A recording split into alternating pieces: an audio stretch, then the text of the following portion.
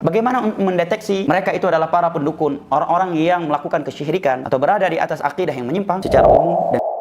Semalam ana baru saja menolak orang yang mau mengobati ayah saya yang sudah lama sakit tidak bisa bergerak lagi. Katanya ayah saya ada ikatan dengan jin. Mereka mengatasnamakan pengobatan Islami. Namun setelah pembicaraan cukup lama, ana menemukan keganjalan. Katanya si pengobat bisa tahu obrolan dari jarak jauh. Apakah sudah benar yang saya pikirkan kalau dia adalah bagian dari kesyirikan? Dia dukun karena ngaku tahu perkara gaib. Menunjukkan dia memelihara jin untuk mengetahui hal-hal yang jauh darinya. Ini dukun. Jangan percaya. Hati-hati dengan dukun masa sekarang. Baik di Timur Tengah maupun di luar Timur Tengah. Para ulama kita amat keras memperingatkan hal ini. Kata Syekh Abdul Aziz Ar-Rais, bagian para dukun masa sekarang ada yang pakai jubah, ada yang berjenggot, dan ada yang celana cingkrang. Bagaimana mendeteksi mereka itu adalah para pendukun, orang-orang yang melakukan kesyirikan atau berada di atas akidah yang menyimpang? Secara umum dengan kita belajar akidah. Karena dengan kita belajar akidah yang sahih, kita akan mengenal akidah yang rusak. Yang kedua, apabila mereka sudah mulai mengaku tahu perkara gaib. Orang yang mengaku tahu perkara gaib, dia adalah kahin atau arraf, dukun atau tukang ramal yang hukumnya sama dalam Islam. Karena di dalam banyak ayat dan hadis Allah telah menerangkan bahwa perkara gaib hanya Allah yang mengetahui. Qul la ya'lamu man fis samawati wal ardi ghaiba illallah wa ma yash'uruna ayyana yub'atsun. Nabi juga menyatakan barang siapa yang datang kepada dukun, dan dukun sekarang tidak lagi perlu didatang ke rumahnya kata sebagian para ulama, dan juga realita membuktikan demikian. Ada di handphone, melalui aplikasi-aplikasi, ada di medsos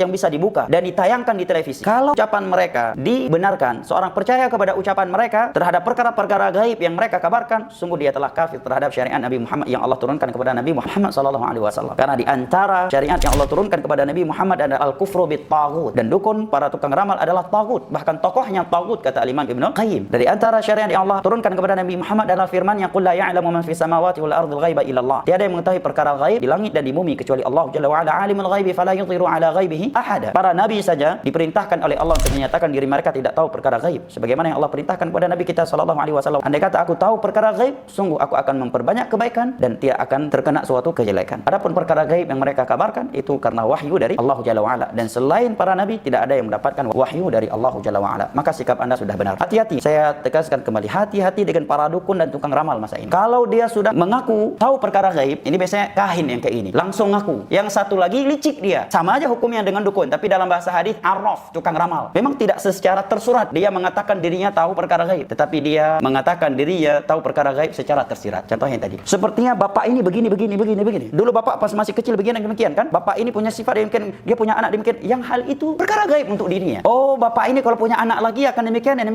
Kalau nikah lagi akan demikian. Yang itu perkara gaib. Atau sok-sok meramalkan dengan mencocokkan sesuatu dengan sesuatu yang lain. Oh, bapak lahirnya tanggal sekian, bulan ini, melakukan itu di bulan itu dan seterusnya. Ini arraf. Jangan percaya. Walaupun berjenggot, walaupun berjubah, walaupun celana cingkrang, walaupun bawa ayat dan hadis, jangan percaya. Dukun itu kalau sudah mengaku tahu perkara gaib. Contohnya lagi, saya obati dari jarak jauh, atau melakukan suatu pengobatan yang itu hakikatnya bukan lagi pengobatan. Kalau sekedar seorang disuruh bacakan ayat ini ayat itu sebagai tajarruban, karena semua ayat Al-Quran adalah obat terkhusus untuk mengusir jin, maka ini termasuk at-tadawi kata para ulama. Tapi kalau sudah masuk kepada ritual ibadah, bacakan ayat ini setiap mau tidur, ini saya akan tercegah dari sihir tanpa dalil dari Al-Quran dan hadis serta ucapan para salaf, ini sudah jatuh ke dalam bid'ah. Maka tinggalkan orang-orang yang seperti ini. Demikian juga para peruqyah yang mulai memegang pasiennya yang lawan jenis dengannya, kemudian banyak berbicara hal-hal yang tidak bermanfaat dengan orang yang dia ruqyah. Ini rata-rata orang-orang yang mencari penghasilan, cari uang dengan menipu masyarakat. Hati-hati dari mereka ini. Kalau dia peruqyah yang baik, dia akan beruqyah dengan Al-Quranul Karim, dengan zikir-zikir yang Nabi sebutkan, atau nasihat-nasihat indah kepada orang yang kesurupan tersebut agar dia memperkuatkan hubungan dirinya kepada dengan Allah Jalla wa ala, dengan menjalankan perintah-perintah, meninggalkan larangan-larangannya, atau menasihat yang tegang untuk jin tersebut. Tidak mengajak komunikasi dan bertanya-tanya dari mana, kenapa dan seterusnya.